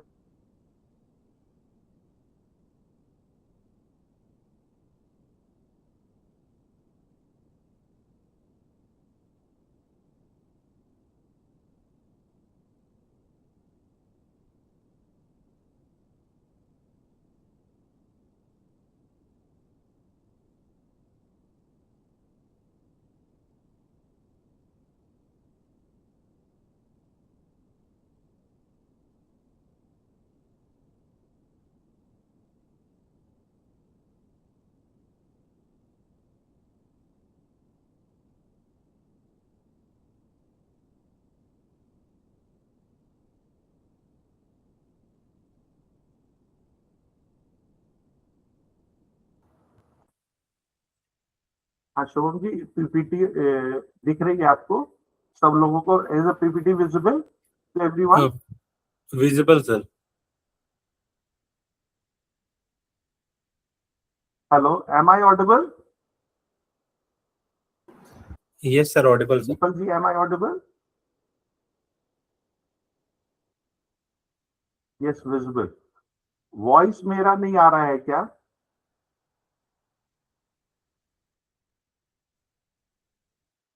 Sir, you are audible. Little break was there. आ रहा है, मुझे ही नहीं सुना दे रहा है क्या? Hello, am I audible? Yes, sir. You are audible.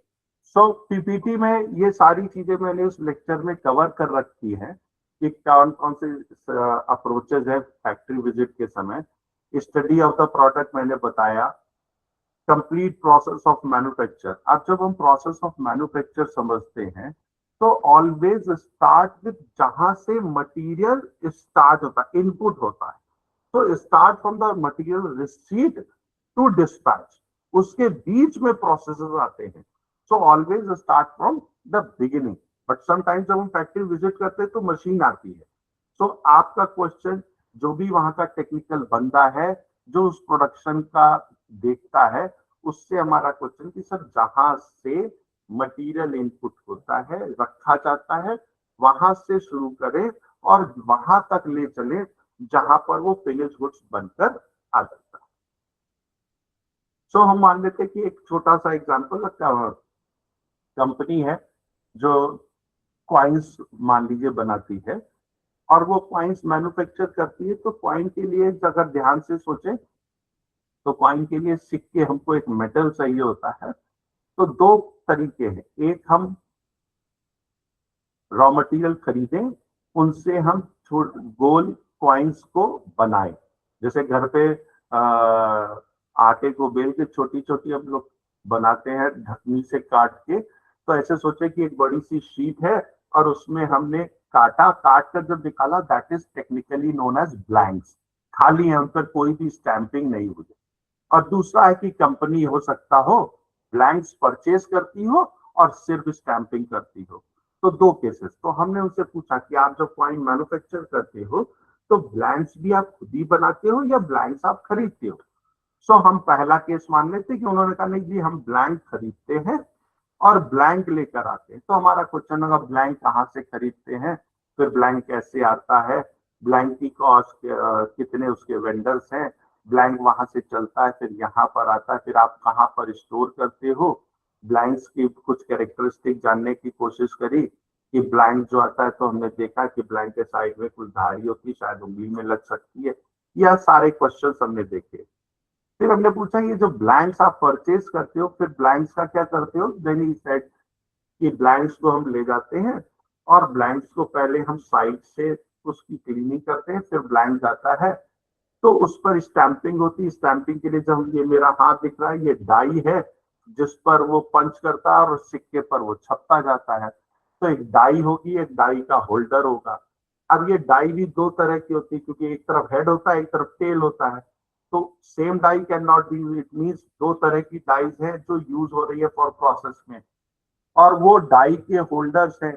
अब वो डाई हम कैसे यूज करते, तो उस प्रोसेस को समझने कि ब्लैंक अंदर आता है, फिर उसका कुछ हीटिंग क्लीनिंग प्रोसेस है, फिर वो आगे बढ़ता है, फिर उसके बाद डाई आती है, डाई उस पर स्टैंपिंग करती है, फिर सिक्का पलटता है, फिर उस पर स्टैंपिंग करती है, फिर वो आगे जाता है, फिर उसके ग्रूव्स एनीलिंग प्रोसेस किया जाता है, फिर उसको करने के बाद वो सिक्के बाहर आते हैं, फिर कुछ सिक्के गिर जाते हैं, फिर वो आगे बढ़ जाते हैं। सो ये एक ब्रॉडली हमने प्रोसेस ऑफ मैन्युफैक्चर समझा in case of a coin manufacture. Likewise अगर हम किसी मिल्क प्रोड्यूसिंग कंपनी की बात करें और जहां पर वो कई तरह के प्रोडक्ट्स बनते हैं, कुछ कंपनीज होती है जो सिर्फ मिल्क प्रिक्योर करती हैं, पॉस्चराइज करती है और मिल्क बेच देती हैं, और एक कंपनी है जो मिल्क प्रिक्योर करती है, उससे मिल्क पॉस्चराइज, कर्ड, घी, छाछ, बटर, मिल्क पाउडर, वो बहुत सारी चीजें वो बनाते हैं। सो इसका मतलब प्रिक्योरमेंट ऑफ मिल्क, हमने उससे पूछा कैसे होता है तो उन्होंने बताया सब हम दूध खरीदते हैं, दूध अलग अलग डेस्टिनेशन से खरीदते हैं। वहां पर भी मैंने खुद एक प्रोजेक्ट एनालिसिस करी कि जो हम दूध खरीदते हैं उसका जो लॉजिस्टिक है, कितने कितने गांव के बीच में हमें प्रिक्योरमेंट सेंटर बनाने चाहिए जिससे हमारी कॉस्ट भी हो, दूध की लाइफ को भी ध्यान रखना है, लॉजिस्टिक कॉस्ट को भी ध्यान रखना है, और हमने छोटे छोटे पॉकेट्स करके उसकी ट्रांसपोर्टेशन कॉस्ट की एनालिसिस करी। वो मिल्क प्रिक्योर करके आता है चिलिंग सेंटर पर जो गांव में ही होते हैं। वो चिलिंग सेंटर में दूध ठंडा पड़ा रहता है, फिर वो ट्रक के द्वारा हमारे फैक्ट्री में आता है जहां पर फैक्ट्री में उसका वेमेंट होता है। वेमेंट होने के बाद एक जगह सारा मिल्क आकर रखा जाता है, बट इन बिटवीन दैट वेमेंट उसके क्वालिटी चेक होता है जहां पर पता चलता है कि दूध की क्वालिटी कैसी है। और दूध की क्वालिटी सिर्फ दो ही चीजों से पता चलती कि फैट और एसएनएफ का परसेंटेज क्या है। सो उसके हिसाब से हमने देखा, दूध आया, फिर हम पॉस्चराइजेशन प्रोसेस की तरफ जाते। तो पॉस्चराइजेशन प्रोसेस को इजीली समझने के लिए बेस्ट वे, घर पर दूध आता है, उबाला जाता है, उबालते हम 2-3 बार हैं, फिर ठंडा करते हैं, फिर 2-3 घंटे बाद फ्रीजर में रखकर उसको चिल करते हैं सो दैट दूध की लाइफ, माँ बोलती है दूध फटेगा नहीं, अब ये 12 घंटे चलेगा। तो same process will be applied in company also. दूध आता है, प्रिक्योर होता है, टेस्टिंग होती है, फिर वो पॉस्चराइजेशन के लिए जाता है। बॉइलिंग, बॉइल करने के लिए स्टीम चाहिए, इसका मतलब यूटिलिटी होगी उसके पास जहां से हीट जनरेट होगी, स्टीम जनरेट होगी, वो दूध बॉयल होगा। फिर पॉस्चराइजेशन के बाद फिर चिलिंग होगा, फिर उसको ठंडा करेंगे, ठंडा करने के बाद इस तरह से प्रोसेस चलता है। तो this is all about, not all about word is not correct. This is process of manufacture which we are trying to understand in detail. और चूंकि अब 12:30 हो गया, संडे का दिन है, 1.5 hours we have spent. So हम नेक्स्ट सेशन में इसको कंटिन्यू करेंगे, इसी प्रोसेस ऑफ मैन्युफैक्चर के कुछ और टेक्निकल, कुछ और प्रैक्टिकल केस स्टडी, जिसमें हम लोग इन डिटेल समझेंगे कि कौन कौन से रिकॉर्ड हमको बनाने चाहिए, किस पॉइंट पर बनाने चाहिए, कौन से रजिस्टर डेवलप कराने, और ये सारा काम cost as a cost consultant ही हम लोग करेंगे कि कौन कौन से रजिस्टर चाहिए, कौन सी इंफॉर्मेशन चाहिए, किस पॉइंट पे चाहिए, वो सब हम पढ़ेंगे। Shubham ji, am I audible? Yes sir. शायद मेरी वॉइस नहीं जा रही है। नहीं सर, ऑडिबल सर।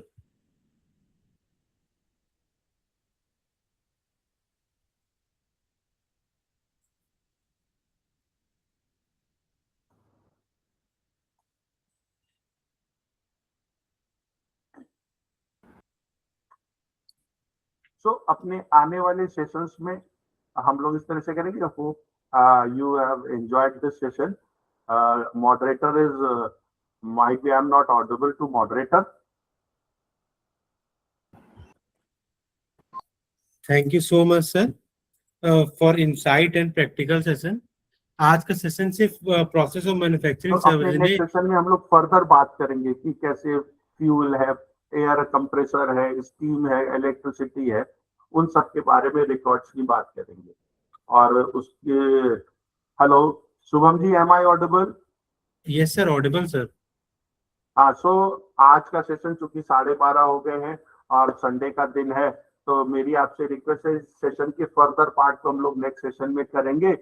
और यहाँ तक के लिए जो मैंने बताया आप लोग टेक्स्ट करेंगे, so that we will continue the next session. Over to you Shubham ji. Thank you so much sir for insight and practical session. आज का सेशन सिर्फ प्रोसेस ऑफ मैन्युफैक्चरिंग समझने का सेशन नहीं था, बल्कि हमें एक नया प्रोस्पेक्टिव मिला आपके द्वारा।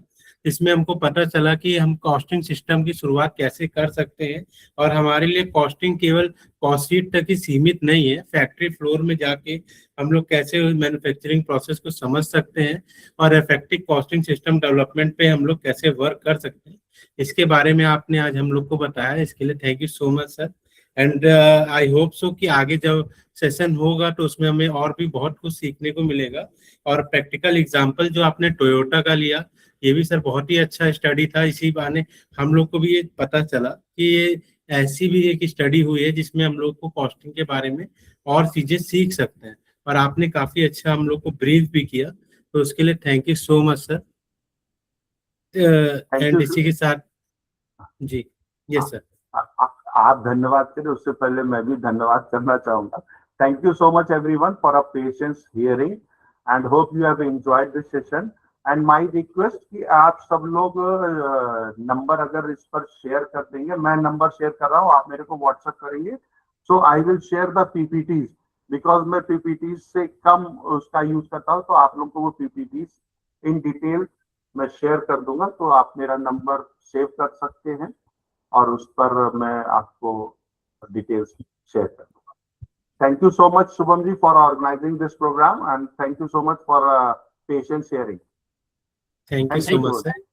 Sir, thank you. Thank you Ram sir.